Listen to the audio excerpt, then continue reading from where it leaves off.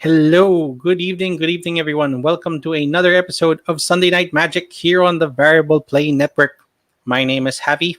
Thank you all for joining me this evening. We're gonna get started in a few minutes, but I'm just waiting for a couple of viewers.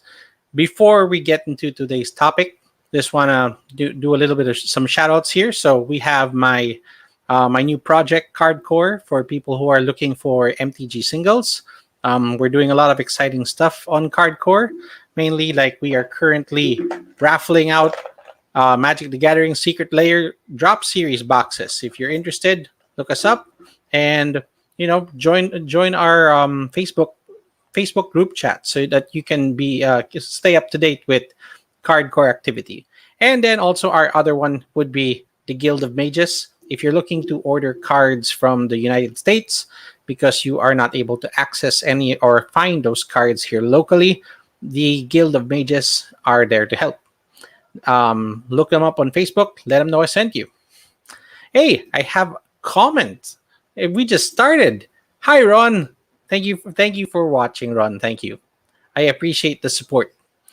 Good job again on another Sunday morning of you putting yourself through hell for your viewers. So if you guys are not if you're not following Variable Play, please go to the Variable Play page on Facebook, and that is facebook.com/variableplay, and like us and follow us and watch our videos. We have great quality content and no imitations. All right, so for today, I'm going to try to monitor the comments when I can, but I'm pretty much going to be continuing this series that I started off 2 or 3 episodes ago. Yeah, so we're on our third one. So this would be episode 3 of a 10-part series, and this is going to be based on my commander recommendations using the color pairings of Magic the Gathering. I am a really big proponent of playing more than one color when you're playing Commander. You're really going to need access to a lot of different cards, and having different colors complement each other will really help you further into the game.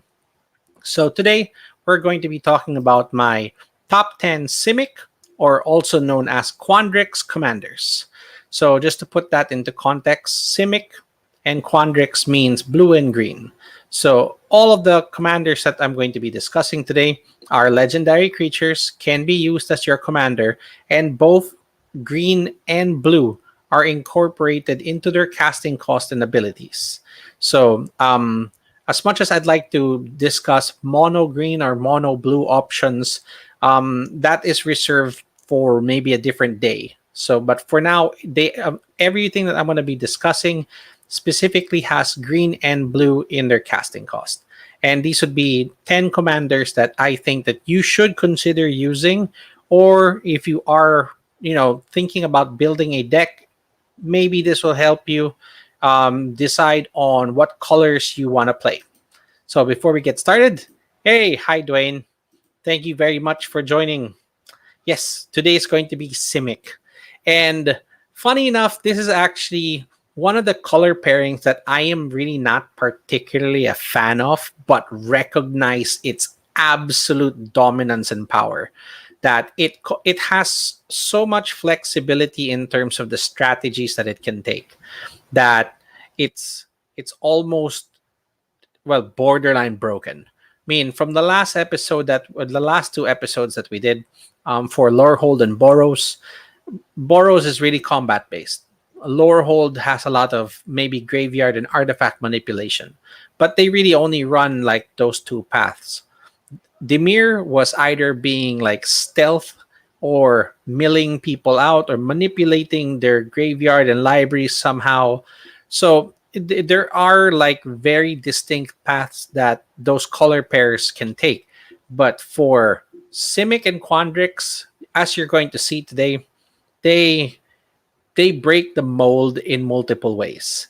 Now, just also to give everyone a little bit of background on this, when Simic, or otherwise known as the Simic Combine, was introduced by Magic as a color pairing in the Guilds of Ravnica, with their sole purpose being that they are the scientific faction of Ravnica that is focused on achieving perfection by combining the traits and abilities of different creatures, essentially creating their own brand new species. So they are the proprietors, or like pretty much the experts in hybridization. And the creature types of Simic have gone through so many different variations of things that shouldn't go together, but it exists in Simic. Quandrix introduces the concept of numeromancy. So it is a school introduced in Strixhaven, and it's really more about the math behind magic, and casting spells, which is kind of interesting. But unfortunately, for today's list, none of the Quandrix commanders made my cut. And it really, I wanted to include one, but they actually got bumped off by some of the most recent commander options that came out. So I'm sorry, Quandrix, but it's not going to be your episode, really. All right. Hey, a comment. Chum, thank you very much for joining us. Yes. Wow, Javi Meister. Okay. Hi, Mo. Thank you very much for joining. Yay, more viewers. I hope you guys enjoy the top 10 list. So, maybe I'll get to your color combination in one of these episodes. NKO, yes, our latest convert. Thank you for joining us. So, you know what? You are playing Bant, which is green, white, and blue.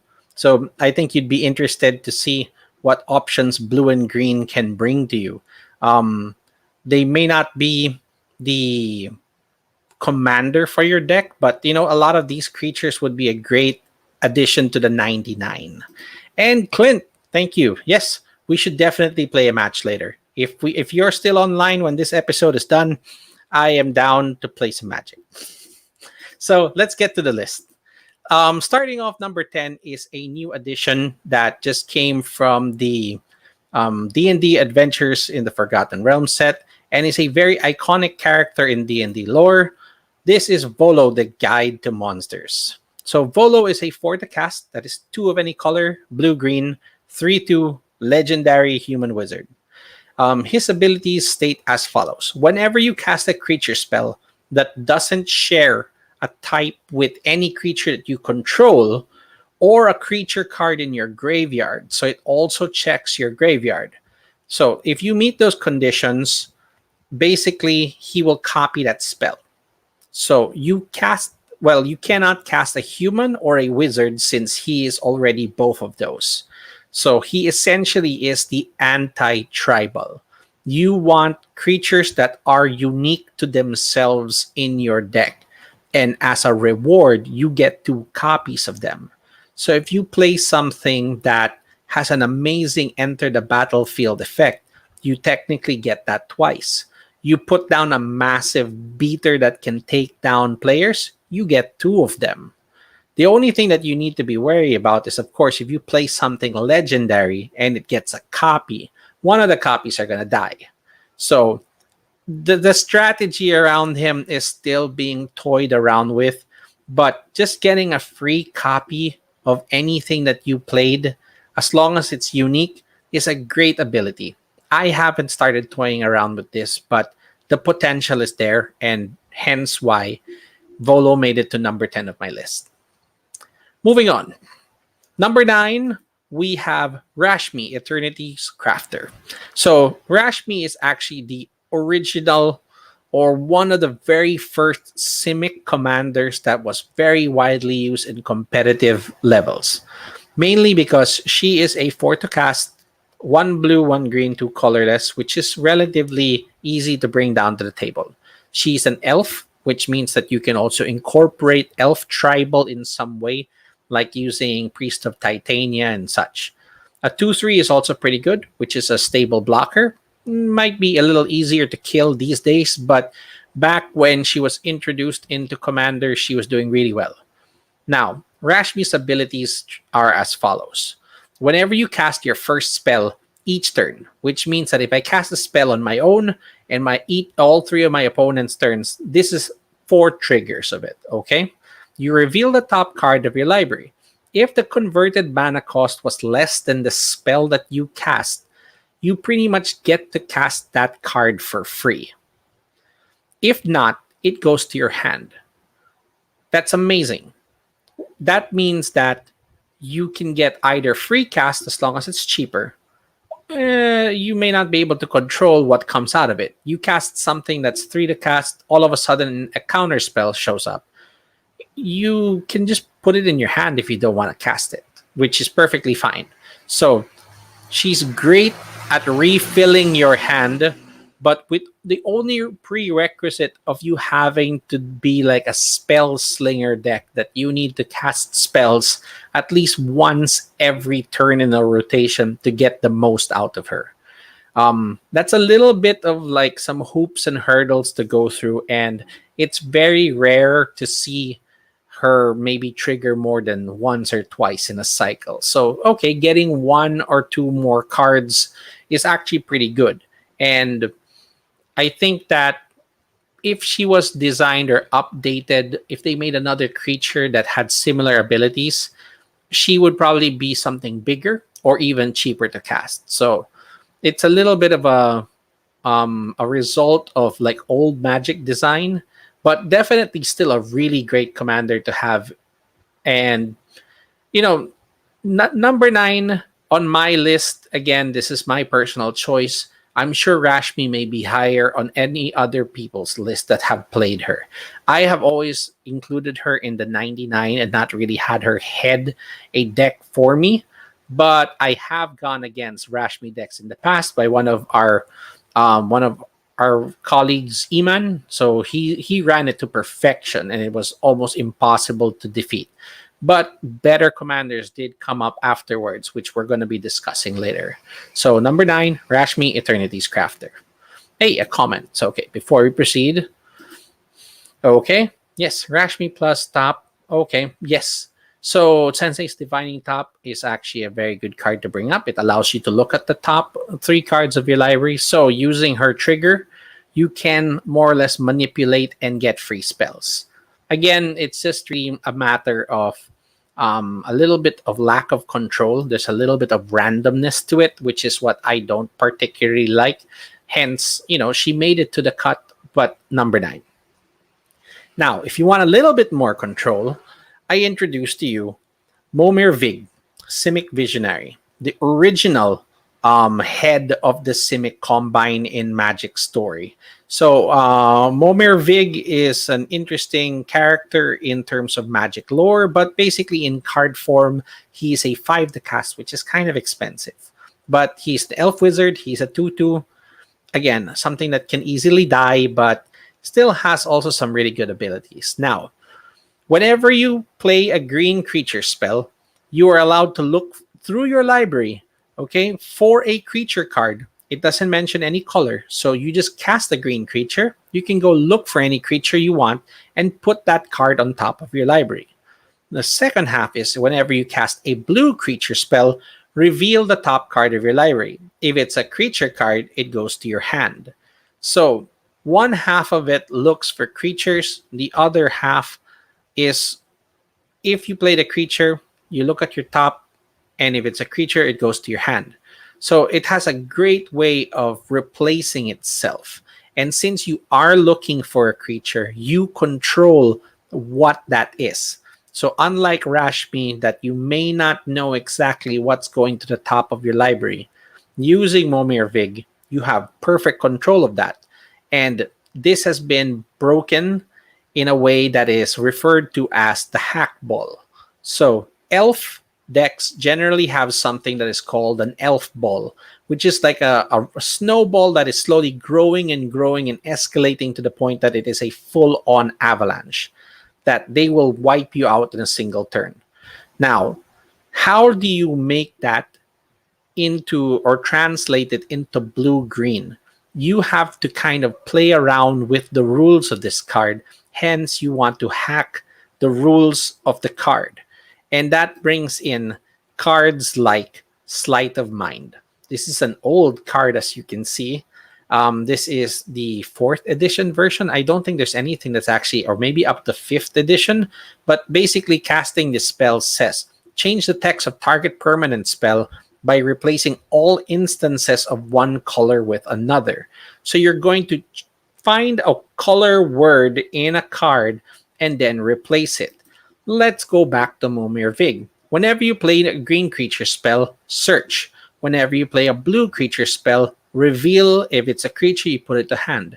What if I decided to change the second half of this, or all instances in this card that says blue, into green? That means if I play a green spell, a green creature, I get to look for a creature. And then it triggers the bottom half, which means I get to look at the top card of my library, and it is a creature, so it goes to your hand, which begins this perpetual cycle of creatures finding other creatures to find other creatures. And green has the greatest ability of building so many creature-based infinite mana outlets, or even just destroying your opponent with a horde of green creatures. Elf being a great example of that. It can do both depending how you build it. So Momir Vig and the whole hackball strategy is something that it's really one of the more original starter builds in Commander, that it does require some pricey pieces. So I've played against one person running this, and it's always been interesting to watch. And without the hack pieces, without manipulating the colors, it can kind of slow down, and him being 5 to cast is also a problem. But having more control over what you look for and what you draw makes him a lot better than Rashmi. Hence why I put him in number 8. Momir Vig, Simic Visionary. Right, before we proceed, another comment. Oh, okay. So if you can't cast it, okay. Yes, going back to Rashmi, just to answer your question. Yes, so second half of the ability here is that you may cast it without paying its mana cost. If you don't cast the revealed card, put it in your hand. So it's still optional if you want to cast it or not. So again, it has a way of fixing the randomness that you get to keep the card. Although it does say reveal the top card, so it becomes public information. Your opponents get to see what that card is. So you're giving away information as well. All right. So well, for Momir Vig, it also says reveal it. So he does do something similar. Let's move on to number 7. So number 7 is actually a new commander as well from Modern Horizons 2. I am currently running this commander. So, there's a little bit of bias here because I have been toying around with it, but the potential is there, and I want to show you guys just how far you can take this. So this is Lonis, the cryptozoologist. So taking again the whole theme of Simic and how they combine things together, Lonis is a snake elf scout. So it is an elf and a snake combined into one that happens to be a scout. Okay, so that's more of an occupation, but I don't know how a snake and an elf would be able to have an offspring, but blue and green make it happen. So Lonis is 2 to cast, 1/2. Very weak, very easy to kill, but at the same time is very cheap to put out into the battlefield so that you can immediately benefit from Lonis abilities. And then if Lonis happens to die, it's very easy to bring Lonis back in. Just adding 2 more colorless brings it to 4, which is pretty much the average cost of the other commanders that we just looked at. So let's go into the abilities. Whenever another non-token, so forget token creatures, but whenever a creature enters the battlefield under your control, enters, which means that if you cast it, or if something even cheats the creature into play, those both count. Okay? Investigate. What does investigate mean? Investigate is an ability introduced back in around the Innistrad block of Magic, where they put in clue tokens. So to put that into context, this is what a clue token looks like. Whenever you investigate, you will create a clue. The clue itself is an artifact, and you can pay 2 and sacrifice it to draw a card. So basically, you get to have a backup draw engine that costs 2 colorless, which is okay. So Lonus essentially generates clue tokens. Now, the second ability is you tap Lonus, sacrifice X clues. Target opponent reveals the X cards of their library. So you get to pretty much go through the top of their library. You may put a non-land permanent with the mana value of X, which was the amount of clue tokens that you sacrifice as part of this. The rest of the cards are put in the bottom of the owner's library in a random order, but you essentially have the potential of stealing one permanent or non-land permanent rather from an opponent. That's a great combat trick, or even a way of just when somebody looks for a piece that they really need, you can take it away from them. Just to take a step back, Maurice Vig does look for a creature and puts it on the top of their library. That means that Lonus can, in response, take the top of their deck if you have enough clue tokens to do so. So you can essentially rob a player that is building up their plan, which makes Lonus a great control piece. And blue and green have some great stacks and control pieces. So you can build Lonus in a way that can lock down players from searching what they need or slowing them down. But actually, what I prefer to do with this is I am currently toying with the ability of creating as many clue tokens as you can with Lonus. One thing that I did find, another new card called the Academy Manufactor. If you would create a clue token, a food, or a treasure, basically you make one of each. So with him in play and Lonus, if you would create one token, you actually make 3. So you could potentially generate enough mana, or with the treasures being like almost not really infinite, but they almost become like a 1 mana discount. The clue tokens can be used to draw cards. Now, food to gain life isn't that great, but it's also nice to have. And these are artifacts. Now, what can you do with the artifacts? Within Lonus, you can have a secret commander, which is how I currently run the deck. This is Urza, Lord High Artificer. Since he is mono blue, he is inside the Lonus deck. And what he does is, his second ability is tap an untapped artifact you control, add 1 blue. Every food, every clue token, every treasure is now essentially a Mox Sapphire.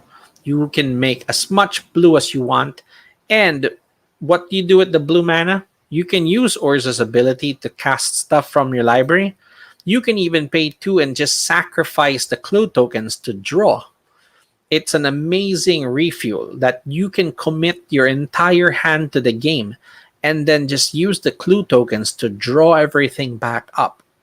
So one thing that most strategies always fear is gassing out. You run out of cards, you are going to lose your match. Lonus produces clue tokens, which in a pinch are cards.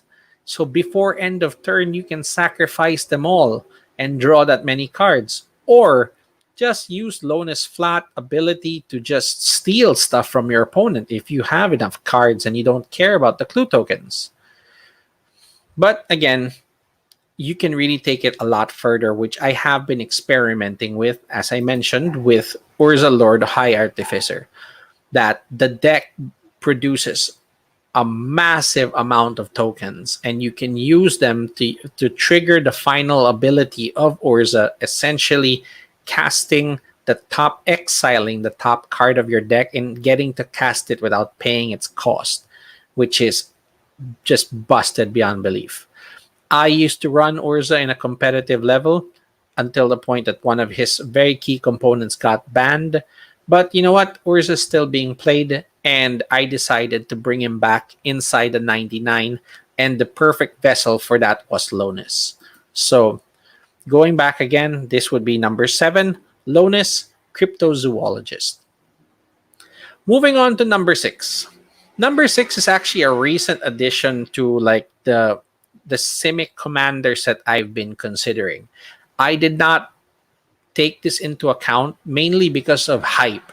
So many people were running this creature in other formats that I never really saw its potential in Commander until a recent competitive tournament that I played, and somebody ran it to maybe near perfection and even won one game flat out undisputed. And this is Uro, the Titan of Nature's Wrath. So Uro was introduced from the Theros Beyond Death block, which is the Greek mythology set, and pretty much is a Titan. He's a legendary elder giant. He's 3 to cast, and he is 6/6. That is right. 3 for a 6/6. But there are just a little bit of like some hiccups attached to his abilities, or that, you know, paying 3 to get a 6/6 obviously has some kind of like hidden cost that people don't know about. Now, Uro enters the battlefield. You sacrifice him unless he is escaped. Escaped is covered later in the bottom for his abilities. Escape is essentially playing creatures or cards from the graveyard, but you don't really need to do that. Now, Uro's ability also reads as follows. When he enters the battlefield or attacks, you get to gain 3 life, draw a card, and then you may put a land from your hand into the battlefield. It doesn't say tapped. You put the land straight in as it was meant to be played, which means that you can use it. He gains you life. He lets you draw a card. You get to play a land.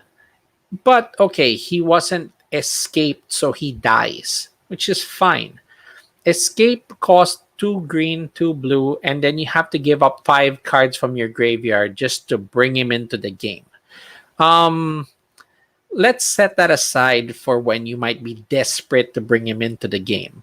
Instead, let's focus on how Simic technically is like the best color for coming up with infinite mana loops. Green produces so much mana. Blue has so many ways of manipulating that. I mean, going back to last episode, I did cover the food chain. You can remove a creature, you get mana equal to its casting cost +1. Then you introduce the creatures that are allowed to be cast from exile, and you essentially net an infinite amount of mana. This is just one example of what you can do. Later on, I do have a couple of more infinite mana examples to show you, but basically, what do you do with infinite mana now? You cast Uro, gain 3 life, draw a card, play a land, let him die. He goes back to the command zone. You have infinite mana. Cast him again. Repeat the process until you draw your entire library, play every land you have, and just flat out win the game. So he is essentially an infinite mana outlet that just doesn't look that way because of how he is written. Most people are focused on the whole escape part of this because in standard or in other formats that you really want to get him in so that you have a 6/6 attacker. In Commander, you practically don't care if he stays in the game. You just want his enter the battlefield effect. Gaining life is fine, but the draw and play a land, those two together are broken because you basically break the 1 land per turn rule, and then you're drawing more than 1 card. If you do this in an infinite loop, you will draw your entire deck and have access to every land and every card. You pretty much should just have a way to win outright, whether it's the usual Thassa's Oracle or a Jace, Wielder of Mysteries, or Laboratory Maniac. I mean, that's where blue comes in and pretty much just wins without even having to touch a single opponent. So that's why Uro made it into this list. I did not really see what he brought into the game until I played against the deck and also saw it in a competitive level, and it's pretty impressive. So number 6, Uro, Titan of Nature's Wrath. Okay, before we proceed, another comment. Yes. Okay. if this is a comment specific about Uro, that's right. Yes. This thing, the Titans don't make any sense. And actually, in another episode, when we go towards the other color combinations, I was running the black red version of this, which is Croxa, and it's a degenerate deck that is almost unstoppable. So Uro is abusing blue and green to its and taking it to its full potential. So, if you are, well, he's actually a little pricey because he is used in a lot of like standard decks. But I believe Theros Beyond Death is going to be cycling out of standard soon, which might significantly drop his price. So, if you are looking to build something around this, give it a little bit of a while. And of course, other cards like Food Chain might be a little pricey. So consider other infinite mana outlets. Now, moving on to number 5. Another representative of the Simic Combine. This is Prime Speaker Vanifer, or PSV. This is the second Prime Speaker introduced in Magic lore. The first being Zigana, who was, of course, replaced. So this is Prime Speaker Vanifer. What Prime Speaker Vanifer is another mutation of the Simic, being an elf ooze wizard. So wizard is the occupation, fine. But an elf ooze, how does elfin ooze have an offspring? Only Simic can make it happen. So this is using some of the modern design of how cards are being made now. As you can see, she is for the cast, similar to the other previous commanders we covered, but she is a 2/4. And what essentially Prime Speaker Vanifer is, well, I'll refer to her as Vanifer moving forward, is a living version of another card known as the Birthing Pod. Birthing Pod is a broken card because of it being a green artifact that you technically do not even need to pay green mana for. But what this does is allow you to sacrifice creatures and look for creatures to replace it. So Vanifer is the exact same thing, except that she's blue and green and doesn't have any alternate cost. You just tap Vanifer and sacrifice a creature. Search your library for a creature card with converted mana cost 1 plus the sacrificed creature's cost. You give up a 3 to cast, you get to go look for a 4 to cast. So it escalates and gets bigger and bigger creatures, and you put them straight into the battlefield, which means you don't cast it, which means that they are uncounterable. It's a great way of sneaking in creatures, although this ability can only be used as a sorcery. So you can't use it during your opponent's turns, you can't use it mid-combat, okay, but this still essentially is a way of just getting the creatures you want into the game by giving up the smaller ones that you have that help you build up to that point. To give you an idea of just how broken this can be, there is a card that exists and its second half actually got banned because their combination was just too strong. But Simic has the perfect color pairing to run something like Protean Hulk. Protean Hulk is the legal card compared to the flash combo with him. So Protean Hulk is a 7 cast beast. He's 6/6. Still pretty decent. Green has a way of getting creatures in really fast with a lot of mana.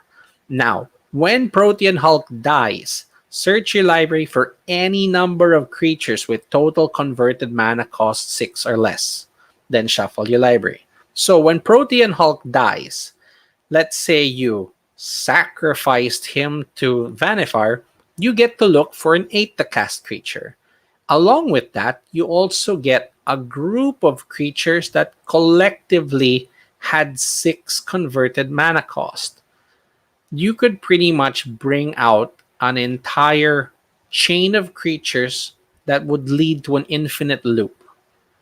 Some that would untap Vanifer so you can do it again, or you can get something that could just give all of your creatures, like one thing that comes to mind would be the Craterhoof Behemoth. All of your creatures get plus X, which is the number of creatures, and then they all get haste and trample. So you can collectively just kill all of your opponents in one swing. Having a living version of the birthing pod. So this is birthing pod on a stick, as most players would refer to it, and 2/4 is pretty decent for a 4 to cast. I mean, Simic isn't meant to be an aggressive color, but finding the biggest monsters you have in your library can make it an immediate threat. So this would be number 5, Prime Speaker Vanifer. Comments. Here we go. All right, Clint. Oh, every one of the commanders, as long as they're left alone on the battlefield, you'll be surprised what they can do. Most commanders are almost kill on sight, unless they have something that would benefit everyone else, which I'm going to cover in maybe two more commanders, and you'll see why. Another comment. Okay, great. An ad. Beautiful. Oh wow. Okay, I gotta monitor this more. All right. Let's move on to the next one. So pretty much we stopped at number 5. So we're gonna go to the next, which is my number 4 pick. This is Tatyova, Benthic Druid. So Tatyova is a merfolk druid. So this is going back to more normal creature types, being a merfolk in the usual fantasy lore. Tatyova is from Dominaria, from the Return to Dominaria, more or less. A 5 to cast 3/3, which is a little pricey, but whenever a land enters the battlefield under your control, you gain a life and draw a card. So pretty much Simic and green specifically is a color that is really good at pulling out lands. So having the benefit of you spend a card to go look for land, and then you just have a land. Thanks to Tatyova, you actually gain a life and draw cards, so it refills. There are ways to manipulate your graveyard, your library, and just to have lands come in and out of the game that you'll keep netting cards.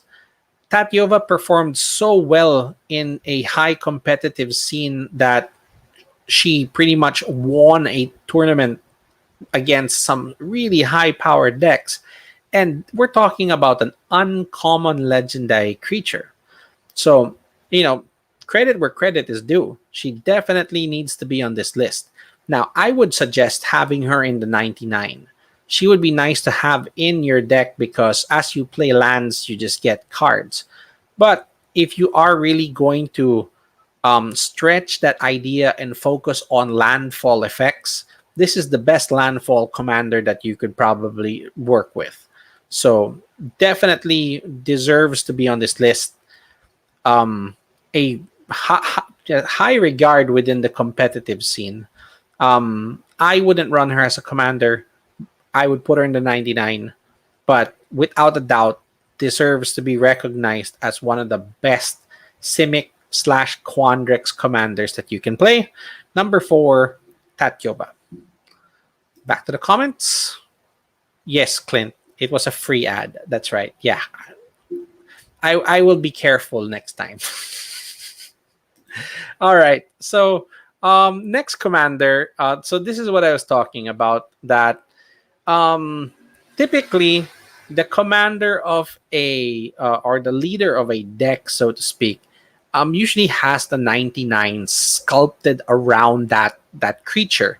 Their abilities, like everything that they do, is complemented by the 99.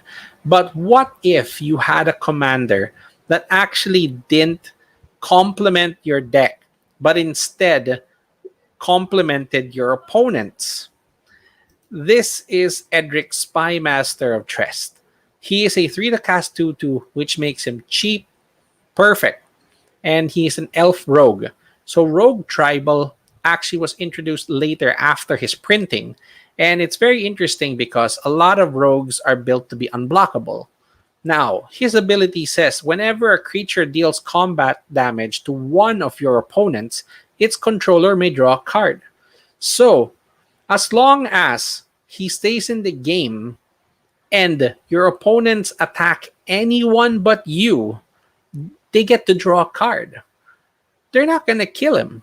They're going to want him to stay in the game, and they're going to start beating each other up just to get extra cards. He's an amazing political tool. And at the same time, you can run your entire 99 using unblockable creatures that will just like snipe a damage into players so that you can draw cards.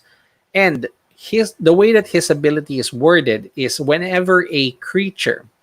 So if you manage to get 4 creatures through, whether by being unblockable, flying, island walk, whatever you want to use, you get to draw a card for each one of them that hits a player.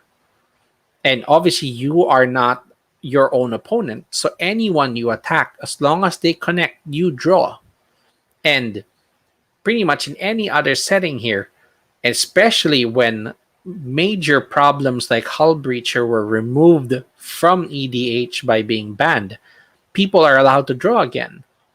Playing this guy turns the tables on all of your opponents. Suddenly they're all hitting each other trying to get cards, while you can kind of quietly plan your win behind the scenes, which is amazing. So that's why Edric makes it to number 3. And he does have several printings now. So, if you are considering some kind of politically driven deck, if you want to be a little bit sneaky about how you play, or if the entire table just keeps beating you up and you just want to, turn everyone's attention to somebody else, definitely consider Edric.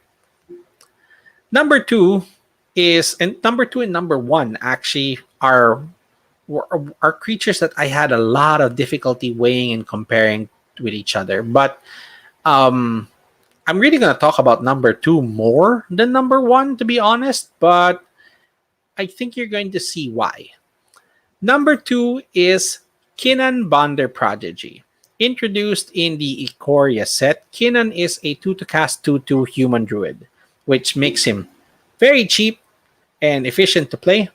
2-cast 2/2 is great. You can get him out immediately.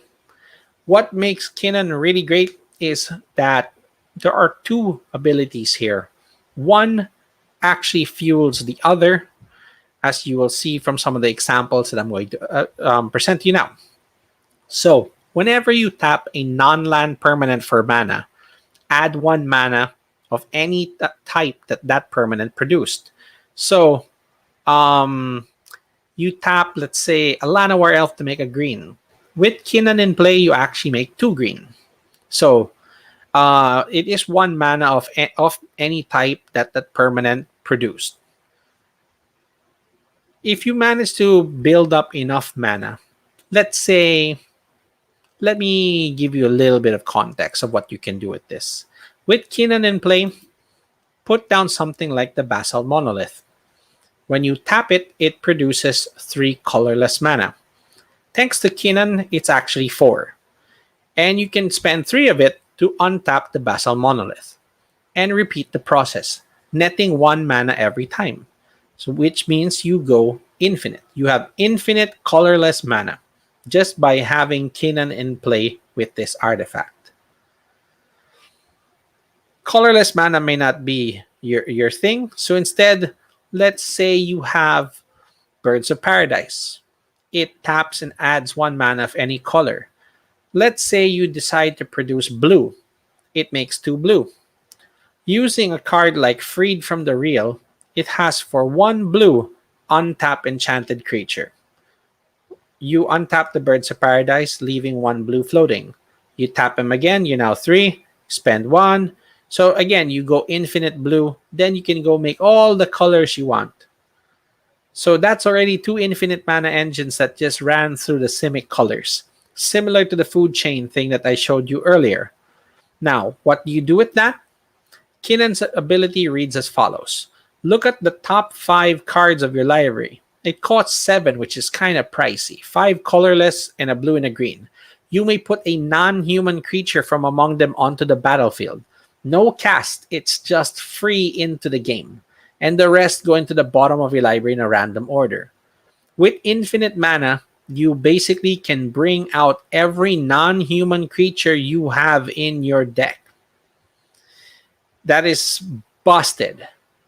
And the fact that Kinan's static effect helps you make more mana can pretty much guarantee that you will not ever run out of it when trying to cast stuff.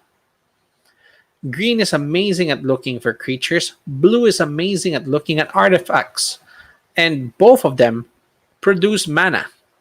And Kinan makes non-land permanents produce extra. So it can this is a perfect example of a snowball effect of starting off with one little simple thing and then pretty much cascading into massive amounts of mana, massive amounts of creatures, and just destroying your opponents. The only reason why Kinnan didn't make it to number one is because you're only limited to using his abilities to get all of your creatures out. I mean, going back to Uro earlier, you can draw your entire deck and put all of your lands in. But okay, spending for everything and running like a 3-card combo with like food chain, it does have a little bit of like hoops and hurdles to go through in order to make that happen.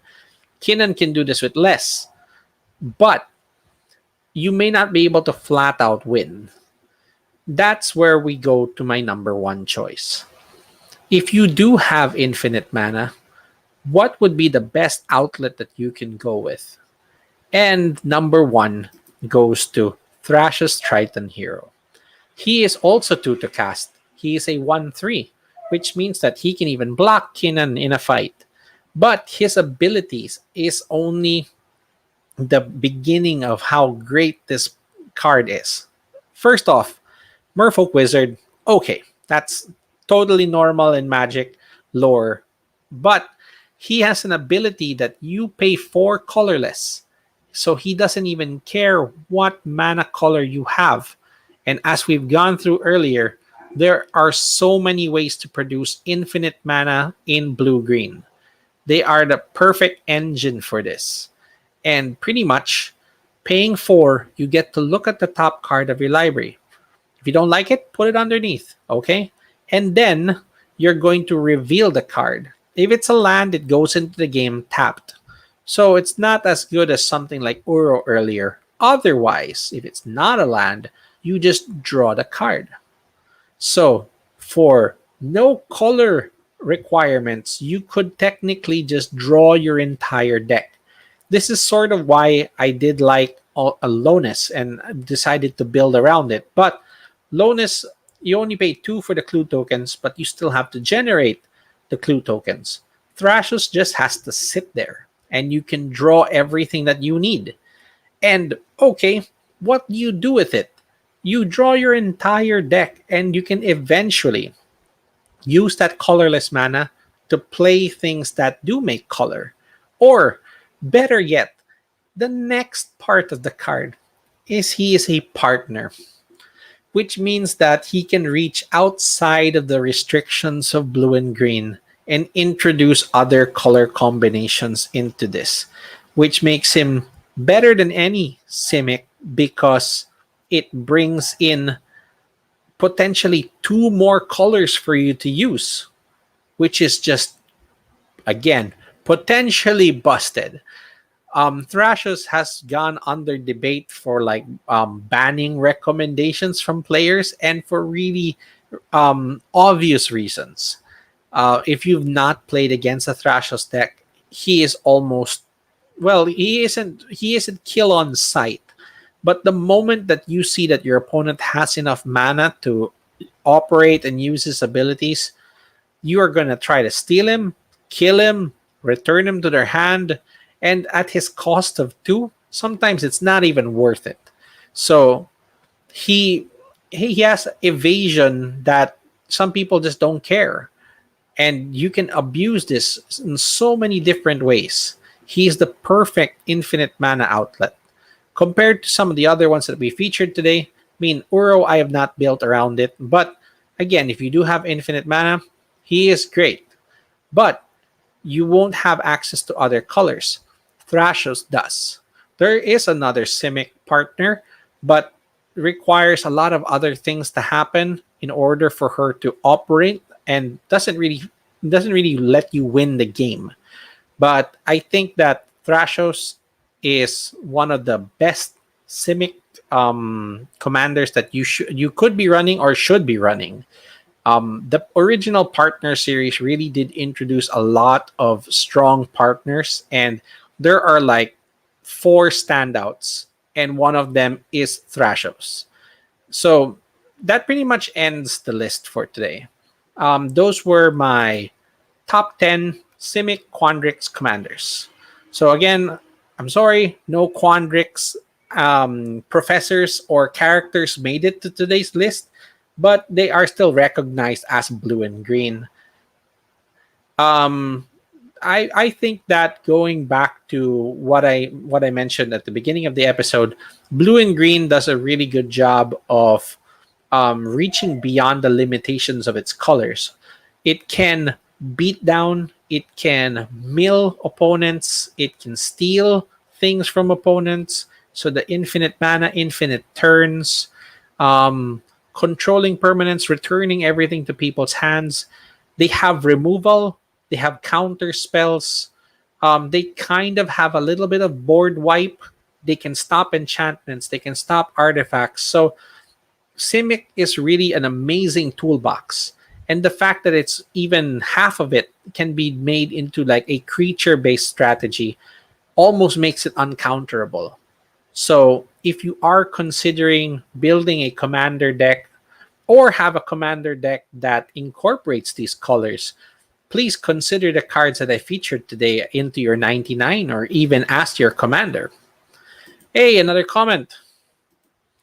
Thank you, Chum. I'm glad that you liked the list.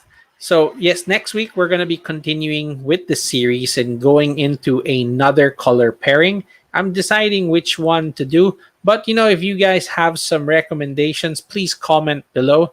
I'll be reviewing the comments after the live stream, and it will definitely influence how the show's going to progress. So, once again, my name is Javi. This has been Sunday Night Magic. Please go to the variable play page, like, follow us, share, subscribe. Do the other typical stuff that every YouTuber keeps rambling about. That mutilate the like button, something like that. What else do they say? Well, I don't really know. Do we have an Instagram? Yes, I think we do. Anyway, like, share, subscribe. Do it. Keep gaming, guys.